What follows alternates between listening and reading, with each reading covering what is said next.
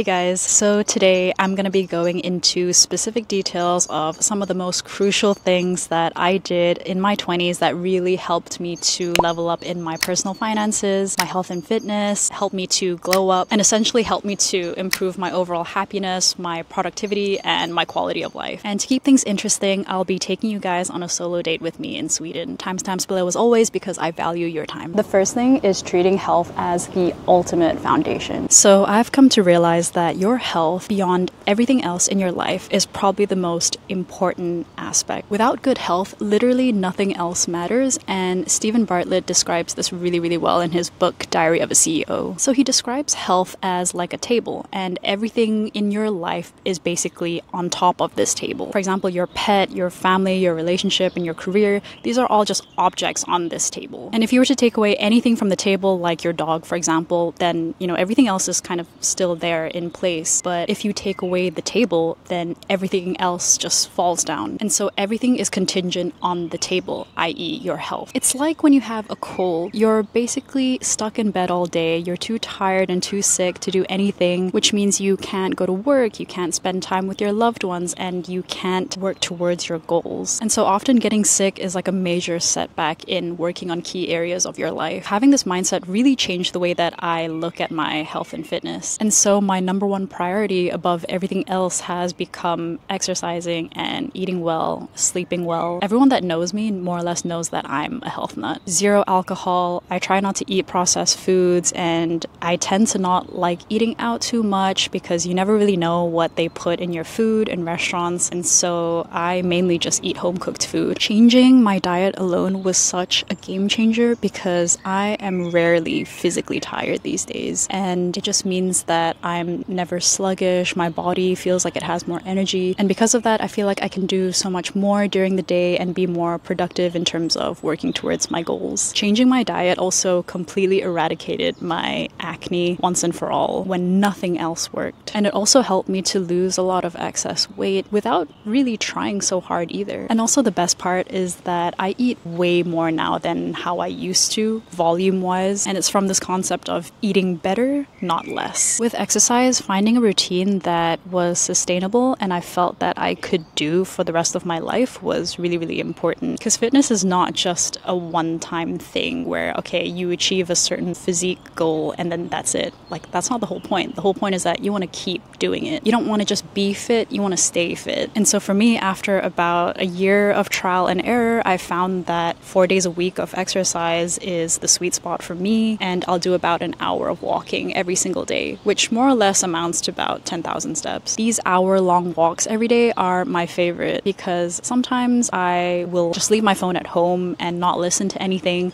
and just use that time to sort of clear my brain and rest my brain, and that's often when I come up with my best ideas in terms of content creation. Or sometimes I use that hour to sort of learn things, listen to a podcast or an audiobook. You'd be surprised at how much you can get done in an hour's walk. For the past few years, this was the main way in which I consumed all of the content that I know now on business and personal finance and content creation and just everything really. Which brings me nicely to my next point, which is on always investing in myself. Investing in yourself basically means putting in time, effort, or resources into bettering yourself. And that basically looks like consuming books and podcasts and going for talks, joining masterminds, and learning from the internet. Like I mentioned earlier, I would listen to podcasts or audiobooks on my walks, and I rarely, if ever, feel bad about buying books or courses, especially if I know that it'll take me at least one step closer towards my goals. Paying for mentors and coaches is also a really good one. I used to hire a PT when I was first starting out my health and fitness journey, and it honestly sped up my newbie gym phase so much for me. It helped me to get over my gym anxiety and shyness, and it was so great just having someone correcting my form straight away so that I wouldn't have to go through so many months of trial and error of screwing certain exercises up and injuring myself in the process. To be honest, I think I would have been more likely to fall off track if I didn't start with a personal trainer, so that really was such a great investment for me. So the word investing might give off the wrong impression because you might be thinking, ah, shit, I gotta be spending so much money doing this, but you actually really don't. And the reason is because there is so much free content on the internet nowadays that you can pretty much like learn anything or pick up any skill that you want for free. I've done multiple Google certificates on Coursera that were completely free, and these helped me to progress and get a raise during my time as an IT project manager when I used to work as one. When I was first starting out with this channel, I mainly consumed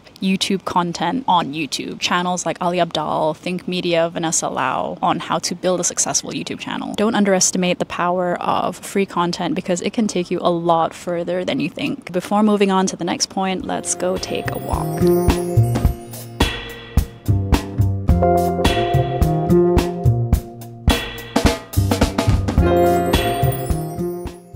Okay, so I reached the pier or the dock or the port. I don't really know what you would call this, but basically you can take a ferry here to get to the other side of town. On the way here, I stopped by the convenience store to grab a wrap to eat for lunch, so I'm just gonna do that real quick right now. Really nice lunch views though. So serene, I love it. Number 3 is to do with personal finance, and the number one thing that I'm really glad that I did was to save money without a purpose. Every personal finance guide out there will tell you that you need to have specific financial goals in order to effectively save money. But one thing that I learned is that you should just save money even if you don't have a specific goal just yet. And this is a concept that I got from the book Psychology of Money by Morgan Housel, which I would highly recommend. It's probably one of the best personal finance books out there, in my opinion. In the book, he says that you should save money for the sake of it because money buys you options in life. For example, it gives you the option to quit your job and be unemployed for a little while, or it can allow you to move to a different country at a moment's notice. I found that this is especially important in your 20s because at this age, what you think you want changes all the time. Like what I thought I wanted from my life a couple years ago is completely different to what I want now and what my goals are now. So I managed to save a sizable amount in the first few years of me working. And to be honest, that was really hard because for those of you who don't know, I worked full-time in Malaysia for a while. And as a grad in Malaysia, you really don't earn that much money. And in order to save any money, you really gotta scrimp. And although I was really uncomfortable for a very long time, I'm really glad that I did that because it ultimately bought me my freedom. Essentially, it allowed me to quit my job that I really hated and was super burnt out from, and allowed me the funds to move to another country. But when I first started saving years ago, I had no idea that this was what I was going to do with my life. In fact, the plan was to save up all this money to ultimately buy myself an apartment and keep, working in corporate and going up the ladder. But honestly, my goals in life have changed so much since then, and I could not have predicted that. So I'm really glad that I had all this money saved up because then it gave me the option to pick a different route in life. Number 4 is all about glowing up. And one thing that was super game-changing for me to learn was to just play to your strengths. And that means accentuating the wonderful features that you already have instead of trying to turn yourself into looking like someone that you're not. That means dressing for the body that you have, not the body that you want. For example, if you have really nice shoulders, then wear clothes that accentuate that. With makeup and your hair, it's doing a lot of research and figuring out, what products work best on your hair and your face, and what techniques would allow you to highlight and elevate your features that you already have. Not gonna lie, for the longest time, I was fighting my nature, specifically with my hair. And just to give some context, growing up in Asia, everyone, and I mean everyone, has silky, long, black hair, whereas I naturally have type 2B curls, which in layman terms is kind of wavy, curly-ish, which is kind of unusual for where I'm from. And this meant that all the hairdressers I ever went to just had no clue what to do with my hair, what was the best way to cut it in order to make it look good. Going to the hairdressers was such a punishing event for me growing up. I was always made to feel ashamed of my hair, being told that it was too thick and too unruly or whatever. And so I grew to hate my natural hair. And because I hated my hair so much, I ended up rebonding it and relaxing it, which basically means putting a lot of chemicals into your hair once a year in order to make it silky and straight. But after years and years of doing that, I just kind of got lazy, and then I just forgot to do it for a year, and my hair became slightly curly again. And I remember this one moment where my friend, we were in her bathroom, getting ready, and she just kind of looked at me randomly and said, "Tika, your hair is beautiful." And that was the moment where everything just clicked. And I'm so grateful for her and for that comment. And I don't think she realizes like how important that moment was to me, because that was the point where I decided I was going to work with what I had and keep my natural hair and really try to make it work for me. And over years of research, I finally developed the optimal hair care routine for me that allowed me to, accentuate my natural curls in the best way possible. And to be honest, like in my opinion, most people will look good with just their natural hair, but you just got to know how to groom it and how to maintain it the way it should be maintained. It just takes a bit of research and time and trial and error, and you'll feel so much more confident once you figure that out. Okay, so it's really sunny here and it's getting super hot, so I'm gonna go for a walk and take you guys to another location. Also, my hair is looking crazy right now with the wind. So yeah, let's go.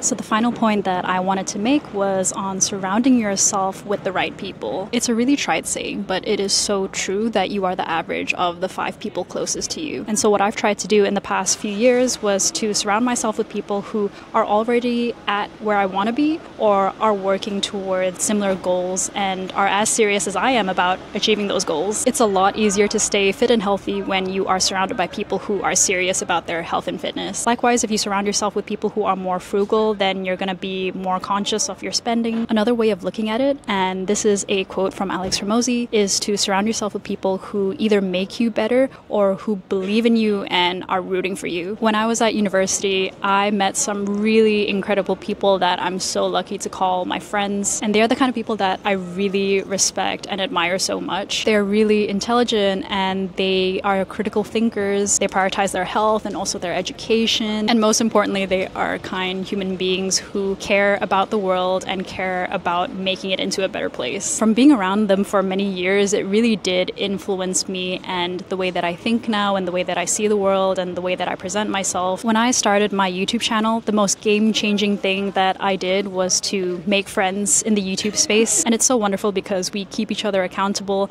and we give each other support when we need it the most, especially, when our videos don't really do well or we're in a rut and we're feeling a bit stuck. It's always nice to have people who can encourage you and get you out of that rut. So yeah, I really can't stress this enough, but if you surround yourself with the right people, it will get you much closer to your goals a lot faster. Okay guys, so we reached the end of the video. I hope you enjoyed that, as well as, me taking you guys along on my solo date in town. As always, take care and see you in the next video.